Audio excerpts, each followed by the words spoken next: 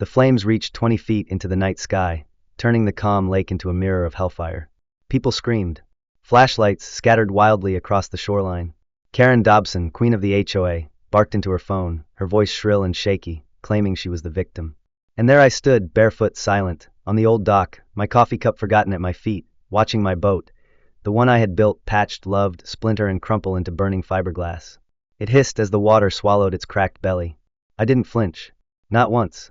If you're tuning in now, you're probably wondering, what kind of man lets his boat burn without so much as a shout? What kind of neighbor ends up on the wrong side of a community barbecue, his dock turned crime scene, his name whispered like a slur behind every white picket fence? What kind of story starts with fire and silence? Well, this one does. But to understand why, you'll have to go back. Not a week or a month, but to the day I chose this place. Willow Lake. Tucked just outside city limits. 2 acres wrapped in wild grass and shade-thick oak trees. No sidewalks, no security patrols, no manicured flower beds designed to impress bored housewives. It wasn't pretty in the suburban sense. It was real. Raw. The old house creaked when it breathed. The dock leaned a little too far east. And the grass, God bless it, didn't care what season it was. I bought it the second I saw it. Not because it was a smart investment, but because it reminded me of a younger version of myself. Messy. Unapologetic. Free. I'd spent too many years in rooms with no windows, behind microphones and velvet ropes, listening to fake laughter bounce off glass tables while men in suits tried to figure out who was buying who. Politics is a game of masks. Willow Lake, in contrast, was a place of bare faces. I wasn't just craving peace. I needed it like air. Mornings here were gold. Literally. The way the sun hit the water made it feel like God had spilled his coffee across the lake. Pine filled the air with its sharp sweetness. Loons called from the far reeds. And for a few sacred hours before the world remembered I existed, I was just a man with a fishing rod, barefoot on cracked wood, waiting for a bite. No press. No favors. No shadows following my car. Just fish and silence. And here's the thing. I didn't want anything from my neighbors. Not their smiles. Not their casseroles. Not their Facebook invitations. I wasn't antisocial. I was just done pretending to care about people I didn't know. That's important to understand. Because when people say he was never very friendly, what they mean is he didn't kneel to the social order we built for ourselves. And that order, as it turns out, was ruled by one woman, Karen. If you've ever lived in a place with an HOA, you already know a Karen.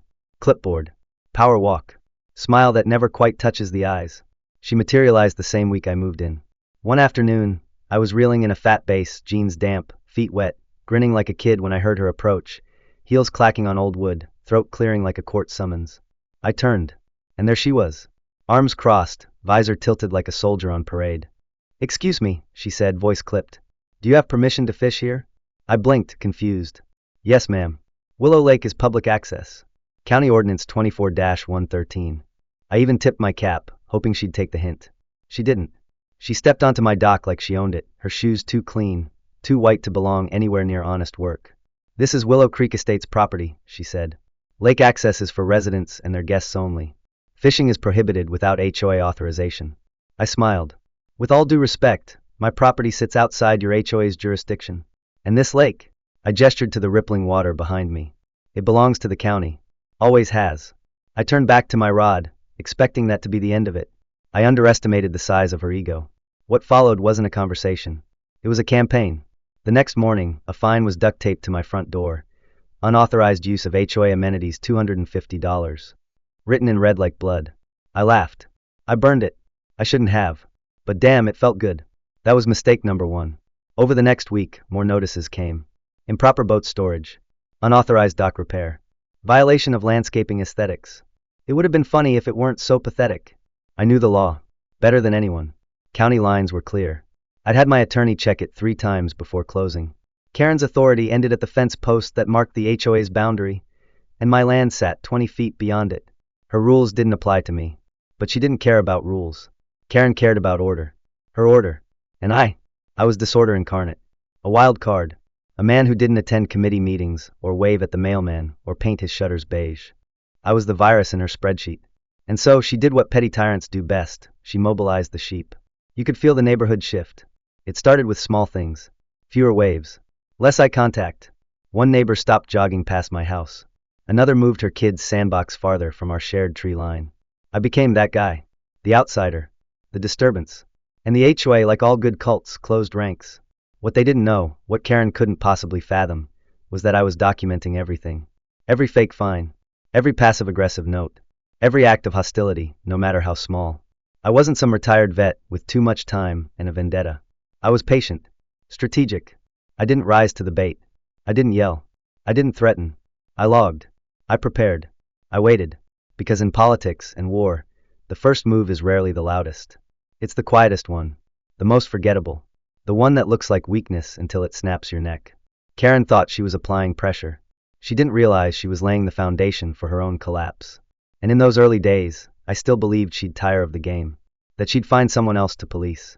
Maybe a teen with a loud car or a dog walker with too many leashes. I hoped, foolishly, that if I stayed quiet long enough, this would all pass. But then again, hope is a luxury for people with nothing to lose. I had plenty. My solitude. My freedom. My damn boat.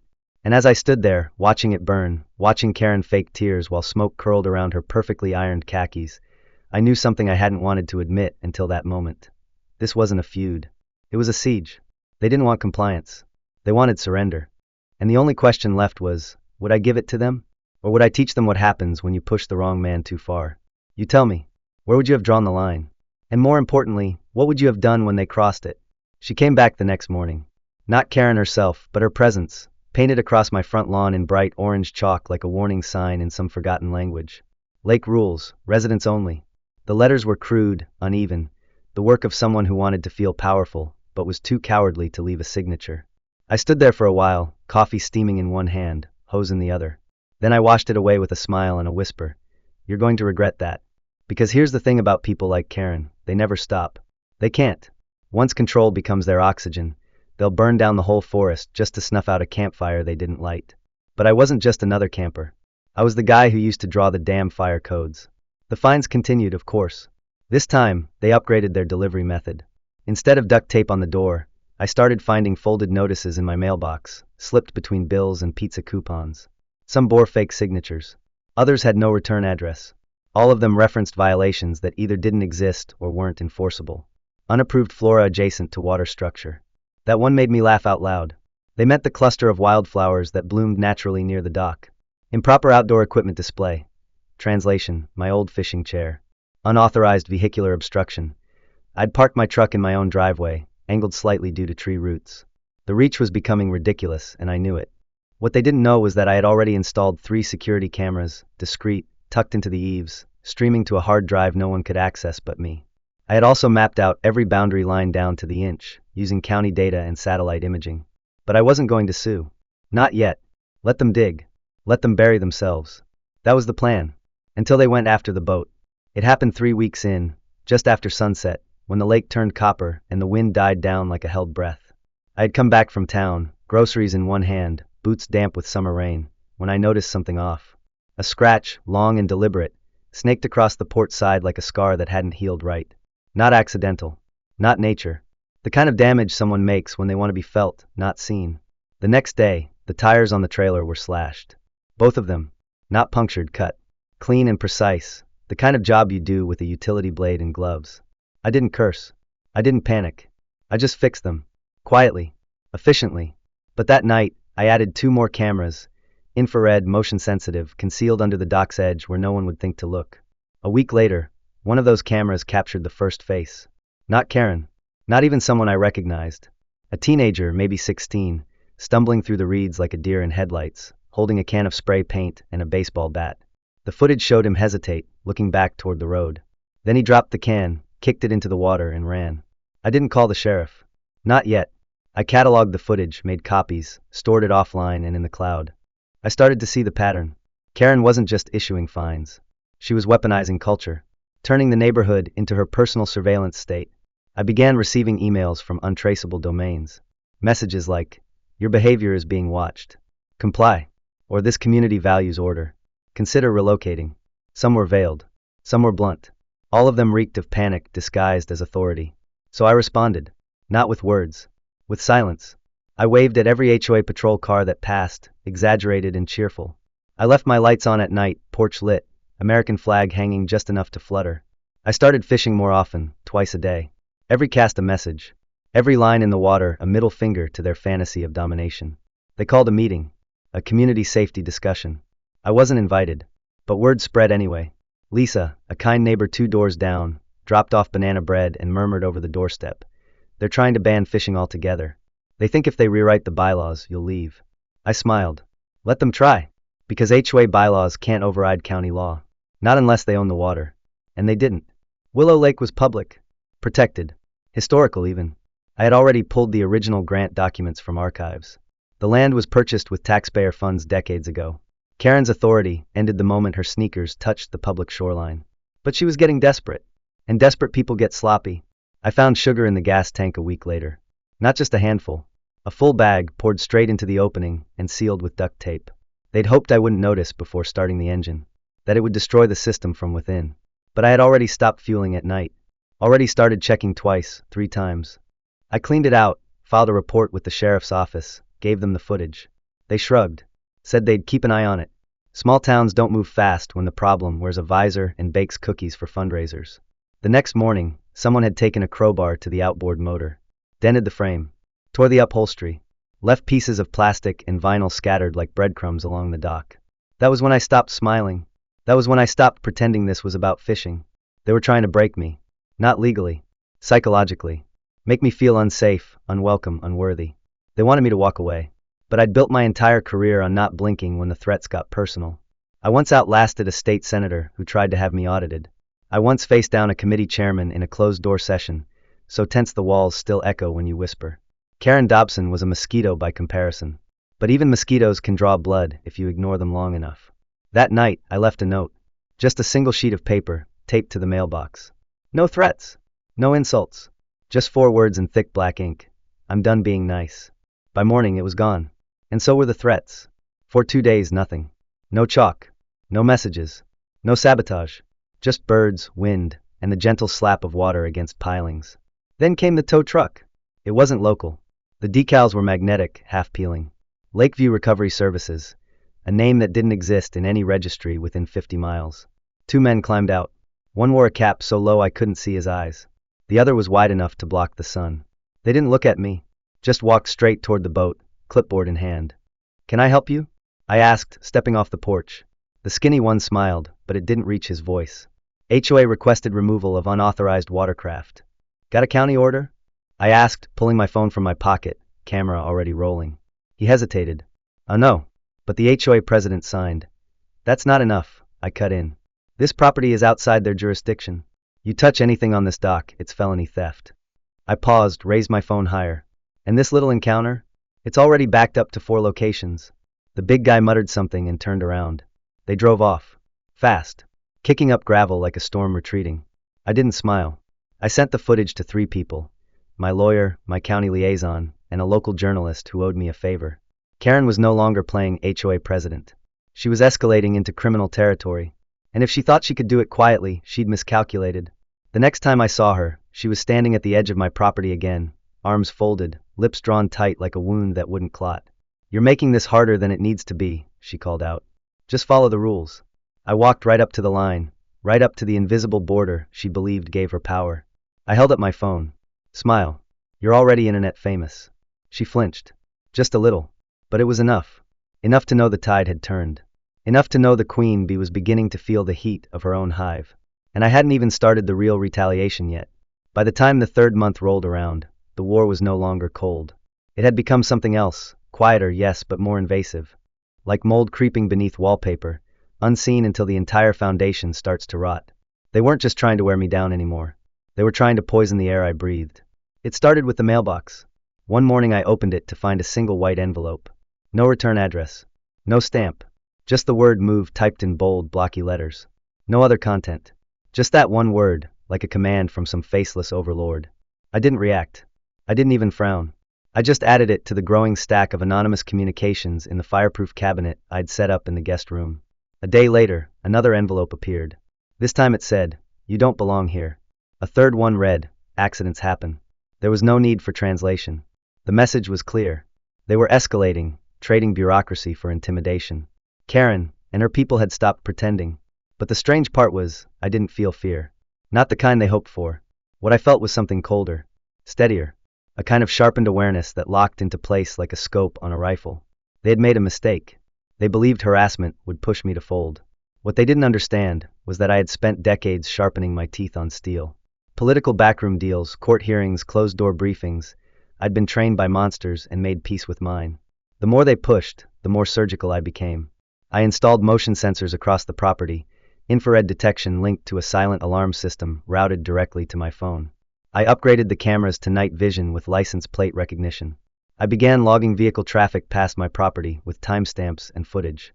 I even rerouted one of the old floodlights to point directly at the public lake access ramp, just to make it impossible for them to sneak through the shadows unnoticed. That's when the whispers started.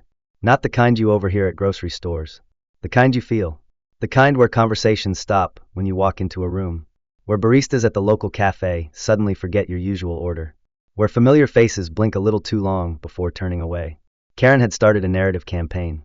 I could see it forming in real time. The dangerous outsider myth. The unstable man with surveillance equipment. The aggressive loner with weapons. Nothing overt. Just enough to plant the seed.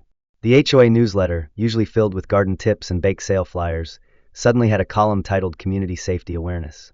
It warned of individuals displaying erratic behavior and unauthorized equipment on community land.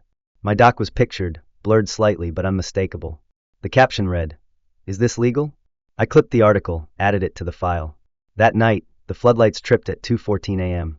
I sat up instantly, phone in hand, watching as two figures moved toward the dock. They were slow, deliberate. One carried a duffel bag. The other had a flashlight taped in red cellophane, probably thinking it made them harder to detect. It didn't. They reached the boat. The taller one pulled out what looked like a crowbar and started prying at the side panel. The smaller one unpacked a canister from the bag, likely gasoline. I waited, heart steady, eyes locked on the screen. Then I flipped the switch from the app and lit the dock with 15,000 lumens of white-hot LED. The men froze like animals caught in a kill zone. One dropped the crowbar. The other screamed. I didn't go outside. I didn't need to. I let the cameras record every panicked movement, every stumble as they sprinted back toward the street. When I slowed the footage later and zoomed in, the taller one's face was fully visible. It was Glenn, HOA treasurer, the same man who had once fined a disabled veteran for fence paint inconsistency. I forwarded the images to my attorney and BCC'd the sheriff, the county commissioner, and a local journalist with a flair for HOA scandals. The next day, I received a formal letter from the HOA. It was hand-delivered, typed on branded paper, signed by Karen herself. The subject line read, "Notice of imminent legal action." According to the letter, I was being accused of creating a hostile living environment, installing surveillance infrastructure without permit, and violating the visual harmony of the neighborhood. I laughed. Not because it was funny, but because it was so perfectly idiotic. They were coming apart at the seams. Karen, once composed and smug, was flailing now, turning desperate. But I knew something they didn't. Public perception only matters until the moment hard evidence hits daylight. That afternoon, I went to the county office. I didn't call. I didn't email. I walked in wearing jeans and a flannel shirt and sat down with the director of public infrastructure and two legal advisors. I laid out everything: documents, footage, threats, fake fines, surveillance captures, and the most recent break-in attempt.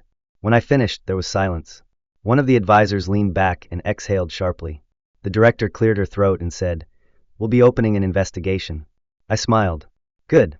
I'll let the sheriff know to expect a subpoena. That night, I poured myself a whiskey, walked barefoot down to the water's edge, and cast a line into the moonlight. The lake was still, the sky wide open. My boat, battered but still afloat, bobbed gently. I whispered to her, "Not much longer." But I was wrong. I had underestimated how reckless they had become.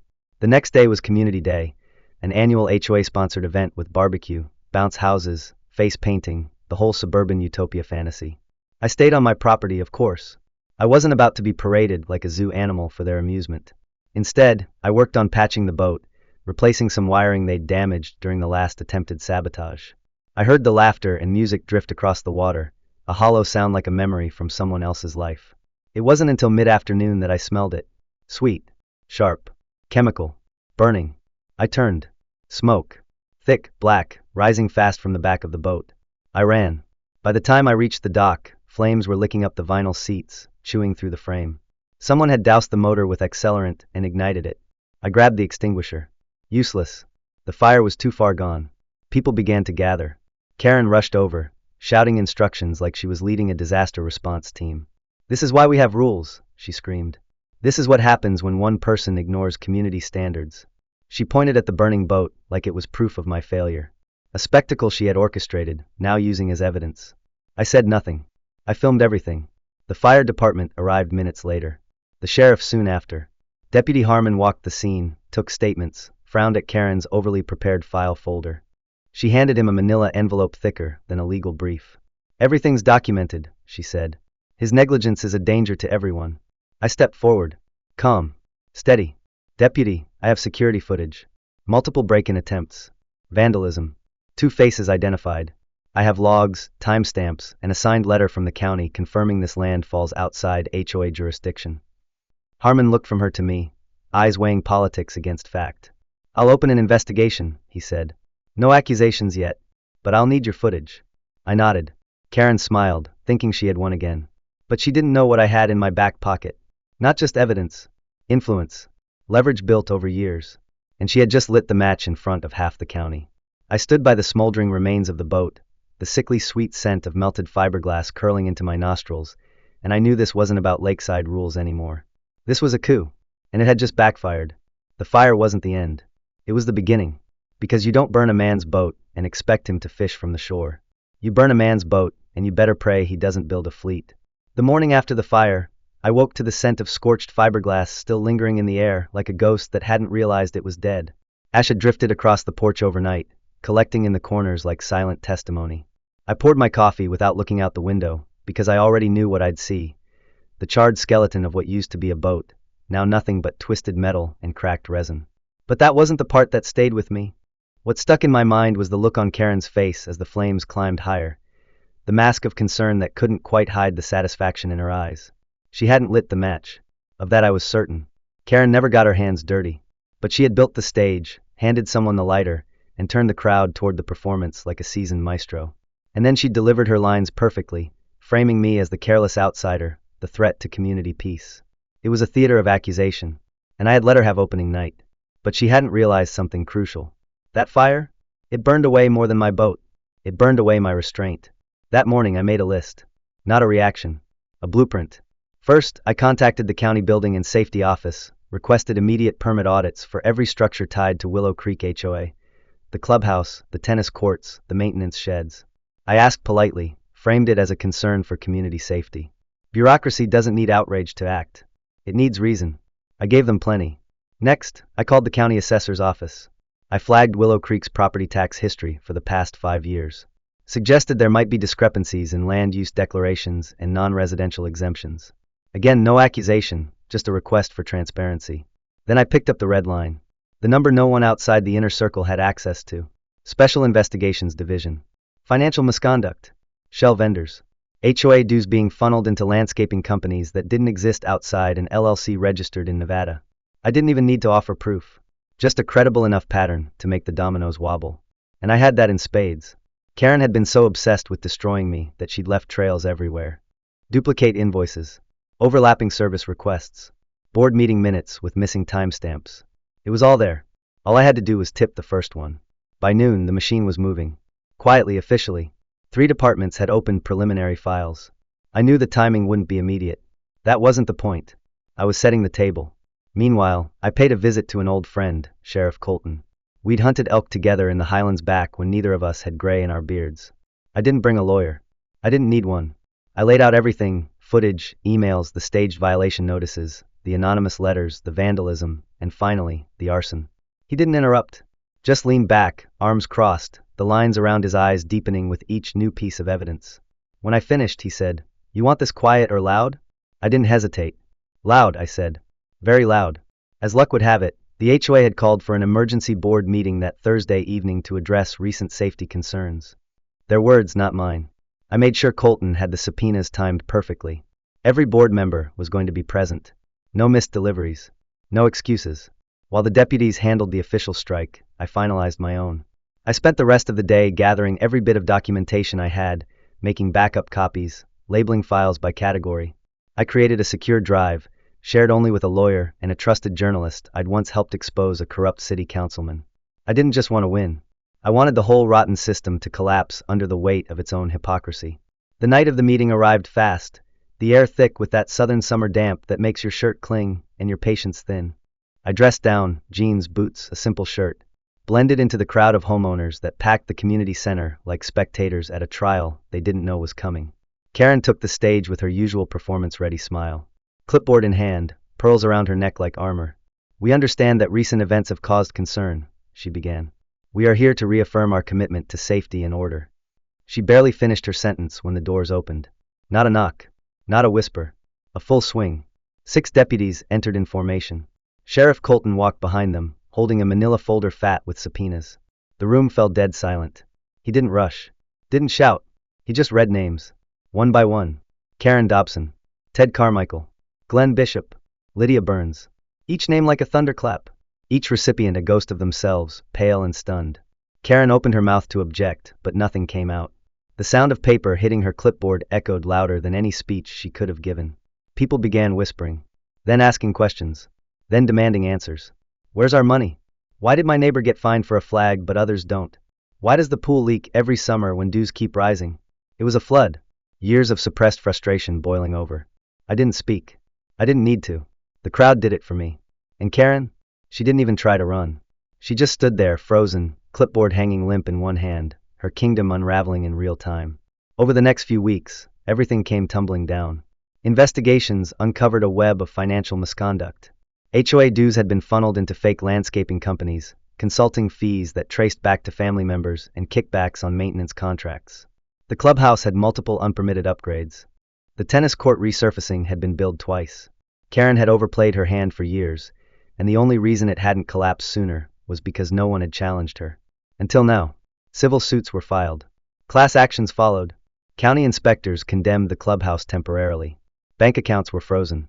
Karen and the rest of the board were permanently banned from holding any official HOA position in the county. Some tried to disappear. Ted sold his house within a week.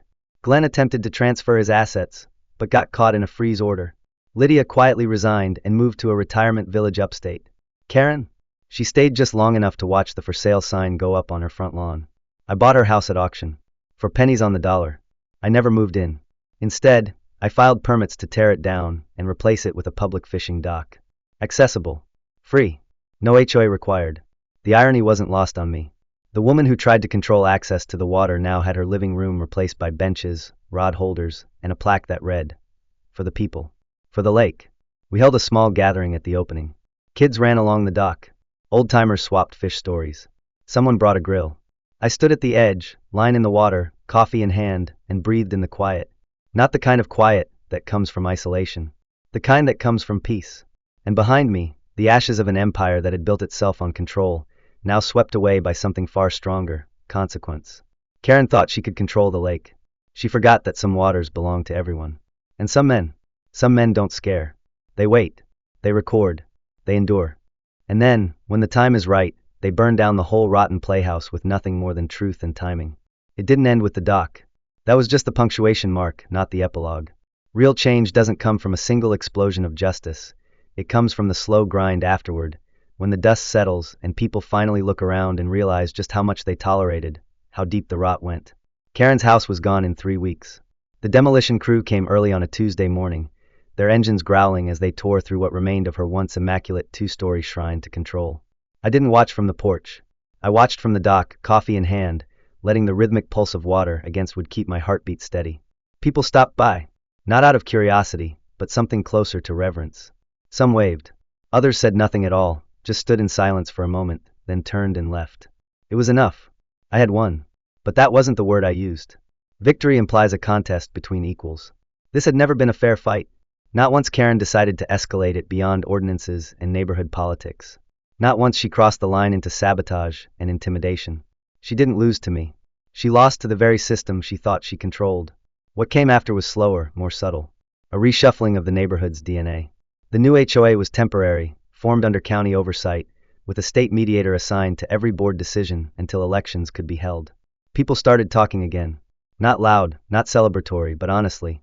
For the first time since I moved in, I heard neighbors say words like sorry, and we didn't know. A few dropped off pies. Some offered help with repairs.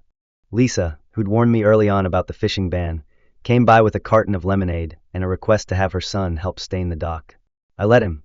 Not because I needed the help, but because kids should learn what good hands can build after bad ones have torn things down. As for me, I didn't take any positions. No board seats, no titles, no interest in governance. I'd spent enough of my life inside the machinery of power to know it grinds down even the best intentions if you stay in it too long. I chose something simpler. Every morning, just before sunrise, I walked down to the dock with a thermos in one hand and my rod in the other. I cast once, then waited. Not for fish. For stillness. For the quiet hum that reminded me I was alive and free, and that this piece of water, this small forgotten edge of the world, belonged to no one and everyone all at once. The county awarded me a citation, public service recognition for preserving community access. I didn't attend the ceremony. I asked them to mail it instead. It arrived in a flat brown envelope that I never opened. It sits in a drawer beneath a stack of photographs I took during the worst of it. Frames from the surveillance feed, screenshots of emails, timestamped logs. Evidence. Proof. Not for a court anymore, but for me. A reminder that when things get dark, you don't have to shout. You just have to watch, wait, and document. The new dock was christened 2 months after Karen vanished. That's the only word for it, vanished. She didn't send out a forwarding address. Her property records were wiped clean of her name within 30 days of foreclosure. Rumor has it she moved 3 counties over and changed her last name. Ted Carmichael left the state entirely. Glenn took a plea deal, spent 6 months in county jail, and another year doing community service painting municipal buildings. The rest of the board scattered like leaves in the wind, each trying to outpace their digital shadows. But the internet doesn't forget. And neither do the people who once felt powerless. There was a quiet, almost poetic justice in watching Karen's former lieutenants squirm through local gossip threads, their reputations dragged out into the open like laundry hung on a wire during a thunderstorm. But I didn't engage. I didn't need to. Some things resolved themselves without help. Life eventually went on. Willow Creek Estates stopped feeling like a gated cage and started feeling like a place again. I watched kids fish from the new dock, watched parents show them how to bait a hook, watched old men lean back in lawn chairs they hadn't dared bring out in years. The lake remembered. It breathed deeper, laughed louder. As for me, I found peace not in the vindication but in the restoration.